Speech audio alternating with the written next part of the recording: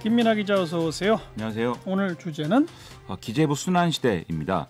최근에 기재부하고 여당이 충돌을 하는 이런 일들이 계속 잦아지고 있는데요. 지금 주식 양도소득세 부과 대상 기준 논란이 대표적이죠. 여기에 또 이재명 지사가 이 나라가 기재부의 나라냐 이렇게 목소리를 높인 상황들도 있었는데 좀 전반적으로 어떤 지금 일들이 일어나고 있는 건지 짚어보겠습니다. 그 두 가지 하나하나 따로 떼서 봅시다. 먼저 주식 양도소득세 쟁점을 정리해 주세요. 이 세법상 주식의 양도소득세 부과 대상인 대주주 요건을 현행 이제 10억 원으로 돼 있는데 이걸 3억 원으로 낮추자라는 게 지금 정부가 추진하고 있는 안인데요. 그렇죠. 이 3억 원으로 산정하는 기준에 대한 의문이 이제 먼저 제기가 됐었습니다. 그래서 정부안을 보면은 배우자, 자녀, 손자 등의 직계 존비속 지분까지 다 합산을 하게 이제 돼 있는 그런 거였는데 그러면 가족들이 어떤 주식을 얼마나 갖고 있는지를 좀 세밀하게 각각의 파악을 해야 되고 그렇지 않은 경우에 내가 모르는 주식을 예를 들면 이 자녀나 배우자가 갖고 있었다 또는 손자가 갖고 있었다 이럴 경우에는 예상치 못한 세금이 또 부과될 수 있는 그런 상황이 될 수가 있다. 이런 우려들이 이제 제기가 많이 됐던 거죠. 그러니까 홍남기 경제부총리가 그제 국회에서 이 세대별 합산이 아니라 인별로 기준을 전환할 것을 검토하고 있다. 이렇게 밝히는 상황까지 이제 이르렀는데요. 하지만 1인당 3억 이상 이렇게 그렇습니다. 하지만 그럼에도 이 논란은 그치지 않고 아예 3억 원으로 기준을 낮추는 것 자체를 이제 유예해야 한다. 이런 얘기가 나오고 있는 상황입니다. 그런 주장이 여당에서 나온다는 거죠? 그렇습니다. 어제 이제 김태년 원내대표가 2017년에 이 논의를 할 때와는 상황이 좀 달라졌다라면서 동학개미의 의견에 귀를 기울이겠다 이렇게 얘기를 하면서 좀 이 유예의 무게를 싣는 이런 이제 얘기를 했는데요. 또 국회 논의 과정에서도 여당 소속인 양향자 의원 등이 홍남기 부총리에게 강하게 압박을 하는 모습 이런 것들이 언론에 보도가 많이 됐습니다.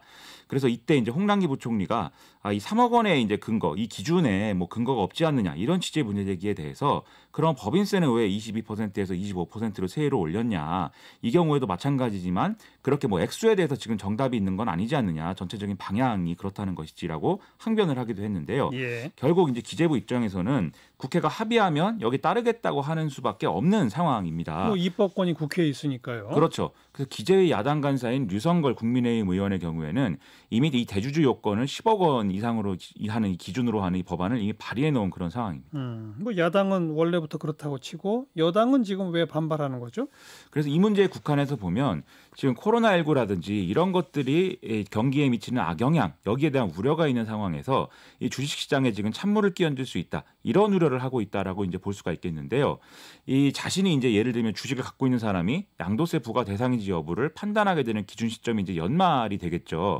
그런데 이 전에 주식을 이제 처분하기 위해서 대거 이제 좀 주식을 이제 좀 처분하게 되면 매도 물량이 나올 가능성이 있고 그러면 주식시장에 또 상당히 하락장이 될 가능성이 있다. 그러면 엄청난 금융시장의 파장이다. 이런 게 이제 여당의 인식이 좀 있는 것 같습니다. 그리고 코로나19 등으로 지금 상당히 많은 자금이 시중에 풀려 있는데 이게 부동산으로 오는 게 아니라 좀 그래도 주식시장으로 유입되는 게 여러모로 경제에 바람직하다. 이게 여당의 생각인데 이 주식시장이 하락하게 된다라는 좀 그런 전제가 있다라고 하면 이 방금 말씀드린 그런 조건을 또 위협하는 조건이 될 수 있다. 이 점도 우려하고 있는 상황이 아닌가 생각이 됩니다. 하락할지 모른다는 무슨 근거가 있어요? 오늘 국회 정무위원장을 맡고 있는 윤관석 더불어민주당 의원이 이 한국예탁결제원으로부터 받은 자료를 분석한 결과를 공개를 했는데요. 이 지난해 말 기준으로 특정 종목을 3억 원 이상 10억 원 미만 보유한 주주들의 보유 금액이 약 40조 원이라고 하고 이것은 전체 개인 투자자가 보유한 주식 가치의 약 10%에 해당하는 액수이다. 이런 내용입니다.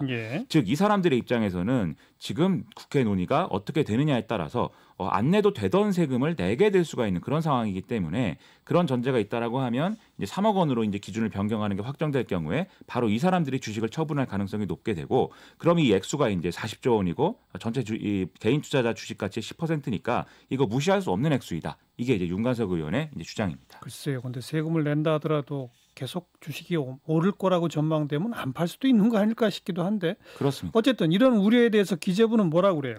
기재부는 이 3억 원 이상이라는 기준에 대해서는 전체 주식 투자자의 1.5%에만 해당할 정도이다. 그렇기 때문에 파장은 크지 않을 것이다. 이렇게 전망을 하고 있고요. 예. 과거에 이제 대주주 요건 25억 원을 10억 원으로 이제 하향했을 때도 그것 자체가 뭐 주식 시장에 미치는 부정적인 영향은 크지 않았다라는 거를 근거로 얘기를 하고 있습니다. 예. 또 이 3억 원으로 기준을 낮추는 거에 대한 로드맵 자체는 이미 2018년에 국회와 합의한 사안인데 이제 와서 이제 뒤집는 것은 절차적으로 옳지 않다. 이 주장도 하고 있고요. 그리고 이제 조세 체계의 문제에 있어서도 장기적으로 지금 이 주식 거래세를 없애고 양도소득세 체제로 이제 다 변화하는 게 바람직하고 그게 이제 어떤 이 글로벌 기준에 맞는 건데 예. 이걸 이제 이미 정한 기준을 흔들림 없이 추진을 해야 이러한 변화가 연착륙으로 가능한데 지금 이 기준을 흔들어 버리면 이 연착륙이 불가능하다. 이 점을 이제 또 강조하고 있는 상황입니다. 근데도 여당이 강하게 문제 제기하고 비판하는 거는 혹시 표를 잃을까 봐. 그렇죠. 이런 우려가 좀 있는 거죠. 그렇습니다. 아무래도 그 점을 이제 얘기하지 않을 수가 없는데요. 내년 4월에 당장 재보궐선거를 치러야 되는데 뭐 서울이나 부산의 경우에는 아무래도 부동산 등의 어떤 자산 시장에 좀 예민한 이런 계층의 여론이 문제가 될 수 있다. 이렇게 볼 수 있는 거죠. 그리고 이제 중산층에 속하는 젊은 세대의 경우에는 특히 이제 자산 축적에 대한 욕구가 지금 굉장히 높다. 이런 평가들을 많이 하고 있는 상황인데 예. 부동산 시장의 위축이 불가피한 상황에서 이 주식 시장까지 문제가 생길 경우에 그런 선거 앞두고 이게 여론에 미치는 영향은 더욱더 좋지 않을 것이다. 이런 판단이 좀 전제가 돼 있는 거 아닌가 이런 해석이 좀 가능한 상황입니다. 근데 아까도 주식 투자자의 1.5%밖에 안 된다는 거 아니에요? 그렇습니다. 근데 그런 사람들을 개미라고 부를 수 있나요? 그 김태년 원내대표가 이제 동학개미의 뭐 의견을 이제 뭐 예. 주로 듣겠다 이렇게 얘기를 하면서 입장을 밝혔는데 사실 말씀하신 대로 종목당 3억 원 주식을 갖고 있는데 이게 개미 투자자냐 사실 좀 그냥 이해하기는 쉽지 않은 그런 대목인 것이죠. 그리고 오히려 이제 세대별 기준은 인별로 바꾸면서 그리고 이제 3억 원 기준은 또 현행 유지한다는 것도 이제 앞뒤가 맞지 않는다. 오히려 조세 형평성의 측면에서는 뭐 후퇴일 수도 있다. 이런 주장도 나오고 있는 그런 상황인데 예. 더군다나 이 다른 측면, 좀 정부 세법 개정안의 또 다른 부분을 보면은 2023년부터 금융투자소득의 20% 이상의 어떤 세금을 부과하게 돼 있지만 5천만 원 미만은 기본공제액으로 돼 있는 이런 대목도 있는 거거든요. 즉 소득이 있는 곳에 과세가 있어야 된다는 원칙이 이 금융투자에 대해서는 지금 적용이 안 되고 있다. 이 주식 투자로 1년에 번 돈이 5천만 원 이하면 세금을 내지 않아도 돼 있게 되는 건데 여기에 더해서 지금 대주주 요건까지 이렇게 예. 후퇴한다는 것은 과연 이게 말이 되는 거냐 이런 지적을 안 할 수가 없게 되는 그런 상황입니다. 제 기억에 한 가지 더 있는 게 뭐 3년인가 뭐 일정 기간을 해서 손실을 보면 다시 또 반환해 주는 이런 조항도 있었지 않았었어요? 그렇습니다. 네. 그죠?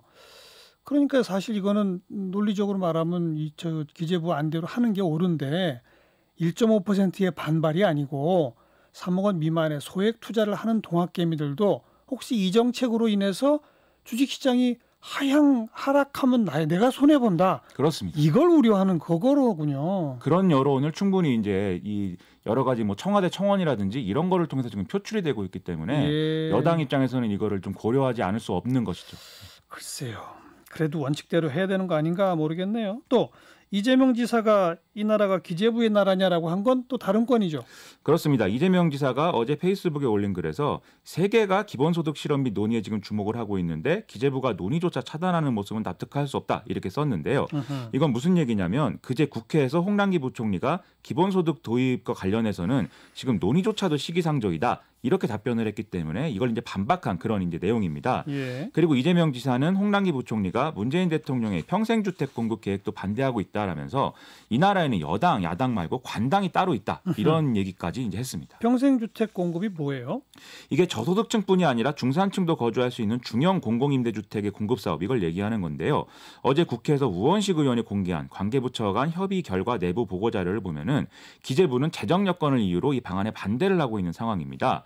이 중형 공공임대주택을 저렴한 값에 공급을 하려면 정부 출자라든지 기금융자 이런 것들이 불가피한데 이게 이제 기재부가 여기에서는 받아들일 수가 없다 이렇게 얘기를 하고 있다는 것이죠. 예. 대신 기재부는 시세에 근접한 임대료를 받는 중산층 전용 임대주택을 이제 제안을 하고 있는데 그런데 여기에 대해서는 과거의 결과가 별로 좋지 않았던 뉴스테이 뭐 이런 사업하고 유사한 것이기 때문에 그거 대안이 아니다 이런 지적이 또 나오고 있다 이런 얘기가 나오고 있습니다. 그러니까 기재부는 기존에 하던 관성을 바꾸지 않는다 이런 얘기죠? 그렇습니다. 이 사업과 관련해서는 관료들이 이제 하던 대로만 하고 싶어하는 그런 측면이 있는 거고 이런 가능성은 또 바뀌어야 되는 게 또 사실이죠.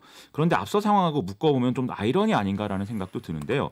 이 주식 양도세 문제에 대해서는 문재인 정부의 방침을 기재부가 관철하려고 하는데 여당이 반대하고 있는 것이고 예. 또 방금 말씀드린 평생주택 공급 계획의 경우에는 기재부가 관성 때문에 이제 진전을 못하고 있는 이런 상황이 되고 있는 거 아니겠습니까? 근데 기재부든 여당이든 차기 대권 주자든 결국 이거는 이제 이 정권 차원의 어떤 통치의 문제라는 점에서 이런 식으로 이견을 노출해가면서 공개적으로 서로 충돌하면서 뭐 이렇게 논란을 키우는 게 좀 과연 책임 있는 국정 운영의 모습인가 이게 이제 의문이 생기는 그렇죠. 대목이거든요. 예. 그래서 이런 것들은 내부 논의 이런 것들을 통해서 좀 정리된 상태로 국민들에게 설명을 하는 것이 좀 더 바람직하지 않을까 이런 생각이 좀 들었습니다. 맞습니다. 김민아 기자 수고하셨어요. 고맙습니다.